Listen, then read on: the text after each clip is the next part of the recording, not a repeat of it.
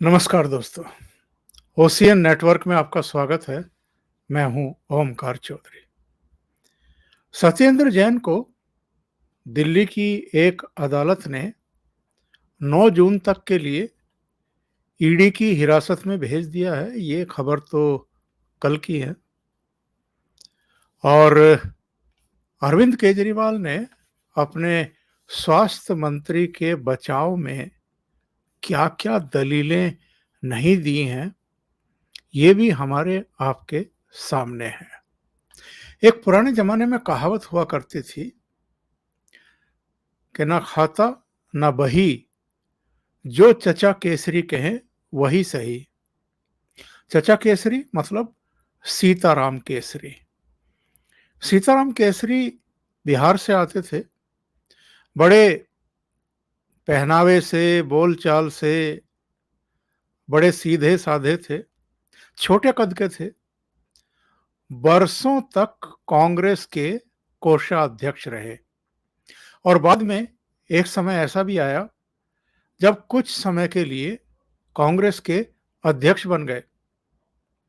और अध्यक्ष ही नहीं बने, उनके अध्यक्ष रहते हुए 2 सरकारें शहीद हो गई दिल्ली की, एचडी देवगौड़ा की और फिर बाद में इंद्र कुमार गुजराल की।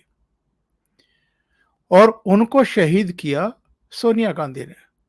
और सोनिया गांधी की जो पूरी परिक्रमा करने वाली मंडली थी, उसने। सबको लगा 1998 में कि अब चचा केसरी की विदाई हो जानी चाहिए और सोनिया गांधी को ले आ जाना चाहिए अध्यक्ष के तौर पर। तो उनकी नंबर प्लेट, नेम प्लेट भी उखाड़ करके फेंक दी, उनका सामान भी सब दफ्तर से बाहर फेंक दिया और इस तरीके से चचा केसरी की विदाई हुई। वो तो खैर एक अलग किस्सा है। पर मैंने ये कहावत इसलिए सुनाई आपको कि खाता ना बही, जो चचा केसरी कहे वही सही, क्योंकि अरविंद केजरीवाल को भी तो यही गुमान हो गया है, यही गलतफहमी हो गई है कि बाकी कोई कुछ भी कहता रहे, सीबीआई कुछ भी कहे, पुलिस एजेंसियां कुछ भी कहें, प्रवर्तन निदेशालय कुछ भी कहें, लेकिन मैंने सारे कागजात मंगा करके देख लिए थे, मैंने चेक कर लिया है, ये पूरा केस फर्जी है, ये सियासी कारणों से सत्येंद्र जैन की गिरफ्तारी की गई है। चूंकि वो हिमाचल प्रदेश के प्रभारी बनाए गए थे, चूंकि वो हिमाचल प्रदेश जाने वाले थे, इसलिए सियासी कारणों से उनकी गिरफ्तारी करा ली गई। जरा सुनिए इन्होंने कहा क्या है, फिर आगे बढ़ते हैं।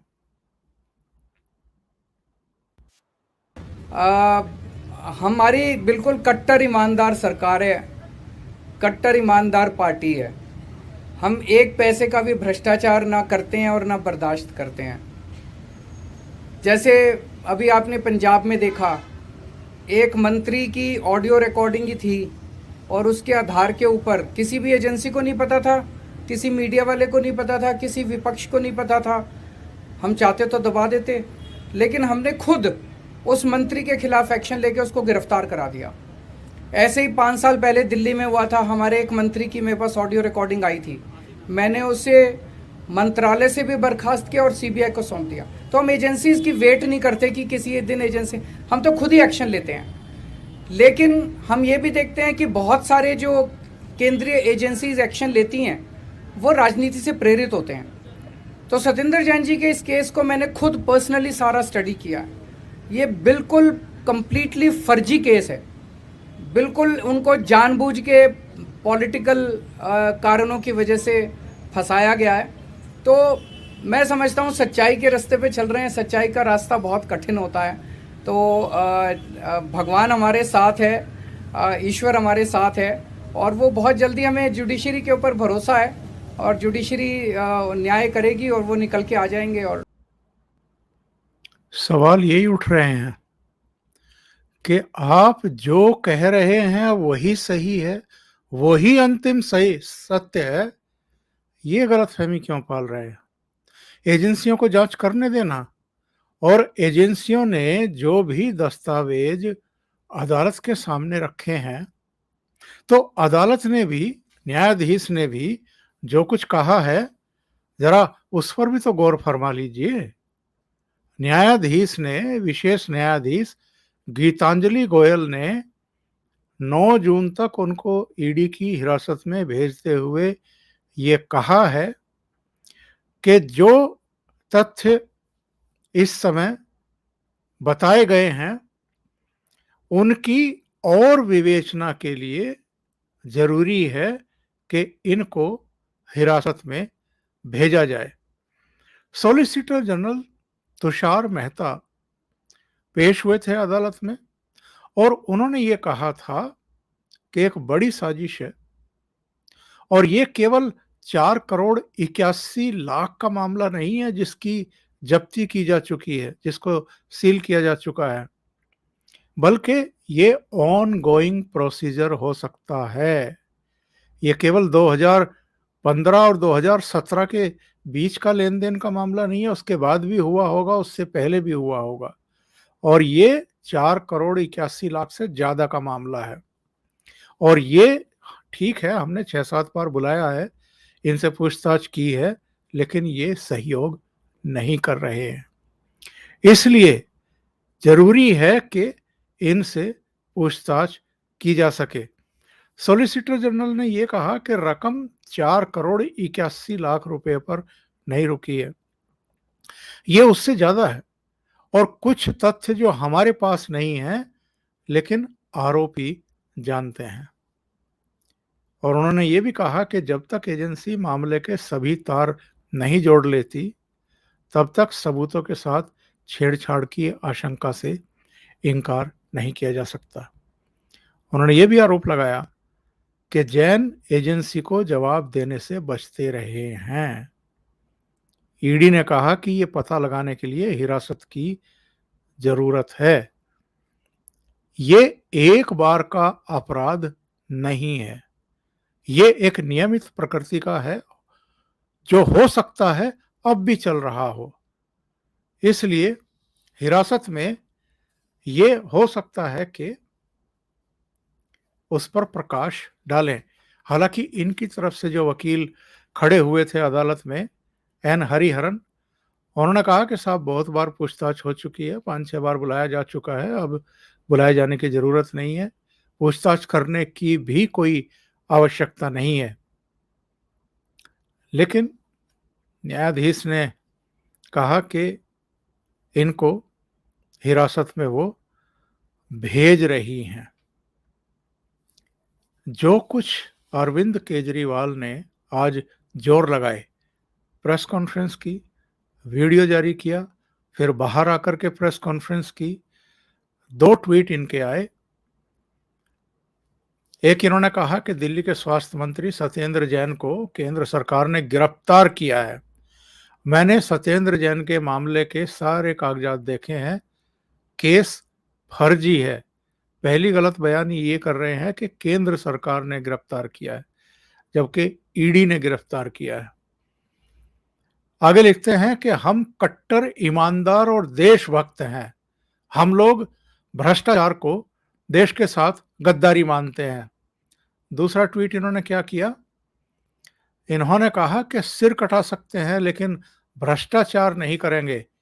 अभी सबने देखा किस तरह पंजाब में हमने खुद ही अपने मंत्री को बर्खास्त करके जेल भेज दिया। दिल्ली के मंत्री सत्येंद्र जैन की गिरफ्तारी पर दिल्ली के मुख्यमंत्री अरविंद केजरीवाल, तो कपिल मिश्रा ने इनको आड़े हाथों लिया।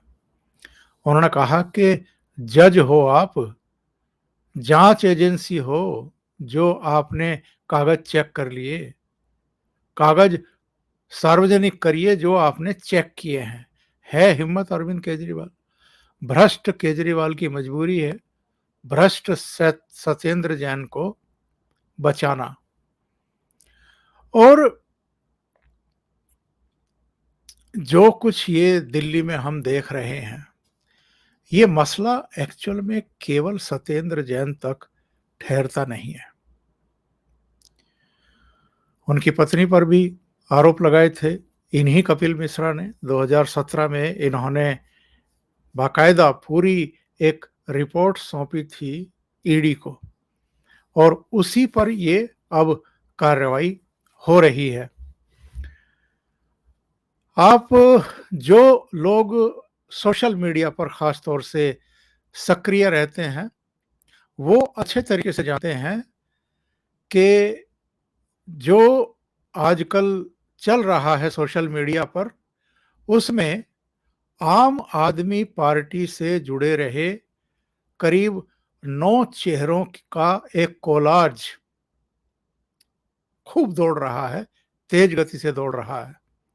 और कोलाज ये है, 2022 पंजाब के मंत्री विजय सिंगला को एसीबी ने गिरफ्तार किया।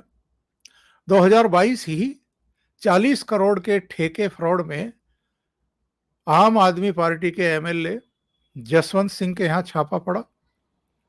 2022 में ही आप एमएलए बलबीर सिंह को 3 साल की जेल की सजा हुई। 2022 में ही आम आदमी पार्टी विधायक अमानुल्लाह खान हिस्ट्री सीटर और बैड करेक्टर के रूप में दिल्ली पुलिस ने दर्ज किए। 2022 में ही आम आदमी पार्टी की पार्षद गीता रावत को सीबीआई ने रंगे हाथ रिश्वत लेते हुए पकड़ा। 2022 में ही हरियाणा हिंसा में दोषी निशा सिंह को 7 साल की कैद की सजा हुई। 2021 में आम आदमी पार्टी के एमएलए सोमनाथ भारती को 2 साल की जेल की सजा हुई। और 2020 में दिल्ली हिंसा में ताहिर हुसैन, जो आम आदमी पार्टी का पार्षद है, वो गिरफ्तार हुआ। तो अरविंद केजरीवाल इन सब के बारे में क्या बताएंगे, क्या सफाई देंगे कि मैंने सबके कागज चेक कर लिए, सबका दस्तावेज चेक कर लिए हैं, वला वला वला वला वला, ये सब जो जांच एजेंसी है उस पर आप भरोसा क्यों नहीं कर रहे हैं? सत्येंद्र जैन को लेकर के तमाम तरह की सूचनाएं तैरती रहती हैं दिल्ली के गलियारों में, और एक ये भी कि सत्येंद्र जैन अरविंद केजरीवाल की कोटरी के हैं, यानी इनके आसपास जितने लोग हैं, जितने नेता हैं, उनमें सत्येंद्र जैन भी हैं, और सत्येंद्र जैन में इनकी आत्मा बसती है। कपिल मिश्रा का तो यहां तक आरोप है कि सत्येंद्र जैन के जरिए ये बहुत सारे गुलगपाड़े करते हैं। और कल एक वीडियो जारी किया था कपिल मिश्रा ने, उन्होंने कहा था कि अभी तो सत्येंद्र जैन गिरफ्तार हुए हैं और हम जेल जाते हुए देख रहे हैं, अरविंद केजरीवाल भी जाएंगे, यहां तक उनका दावा था। अब उनके पास ऐसे क्या सबूत हैं ये तो वो जाने, लेकिन कल के एक वीडियो में उन्होंने ये कहा। लेकिन सबसे बड़ा सवाल ये खड़ा हो रहा है कि जिस तरीके से अरविंद केजरीवाल, उनकी पूरी सरकार, उनके सारे संगी साथी, मनीष सिसोदिया से लेकर के और संजय सिंह तक, सब जिस तरीके से सत्येंद्र जैन के बचाव में कूद पड़े हैं, उससे ये सवाल खड़ा हो गया है कि क्या सत्येंद्र जैन दिल्ली के नवाब मलिक बनने जा रहे हैं? याद करिए, नवाब मलिक 23 फरवरी को गिरफ्तार हुए थे। 23 फरवरी से अब मई आ गई है, वो जेल में हैं, लेकिन मंत्री बने हुए हैं, क्योंकि उद्धव ठाकरे ने उनका मंत्री पद से ना तो इस्तीफा लिया है, ना उनको बर्खास्त किया है, ना उनको हटाया है। इसी तरीके से अगर अरविंद केजरीवाल सत्येंद्र जैन को नहीं हटाते हैं, बर्खास्त नहीं करते हैं, और 9 जून के बाद ईडी आम तौर पर जब किसी पर हाथ डालती है तो बड़े पुख्ता सबूतों के साथ डालती है, दस्तावेज सॉलिड होते हैं। अनिल देशमुख को देख लीजिए, नवाब मलिक को देख लीजिए, सारे केस उठा कर देख लीजिए, वो जिसको पकड़ती है बहुत पुख्ता दस्तावेजों के साथ पकड़ती है। तो 9 जून के बाद भी अगर सत्येंद्र जैन जेल भेज दिए गए, न्यायिक हिरासत में भेज दिए गए, जैसे अनिल देशमुख और नवाब मलिक जेल में हैं, तब अरविंद केजरीवाल क्या करेंगे? उनको नवाब मलिक बना करके रखेंगे, यानी वो जेल में भी मंत्री बने रहेंगे? या जो अरविंद केजरीवाल शुचिता की बात करते थे, पारदर्शिता की बात करते थे, भ्रष्टाचार बर्दाश्त नहीं करेंगे, ऐसे डायलॉग मारते थे, वो इनका इस्तीफा लेंगे? इस पर सबकी निगाहें रहेंगी। अभी के लिए इतना ही। बहुत बहुत धन्यवाद। अगर आपको ये चैनल और इसके कंटेंट पसंद आ रहे हैं तो लाइक करें, कमेंट करें, वीडियो को शेयर भी करें। अभी तक अगर आपने ये चैनल सब्सक्राइब नहीं किया है तो सब्सक्राइब कर लें और साथ में लगे बेल आइकॉन को दबा दें ताकि आगे आने वाले वीडियो और उनके नोटिफिकेशन आप तक पहुंचते रहें। बहुत बहुत धन्यवाद। नमस्कार।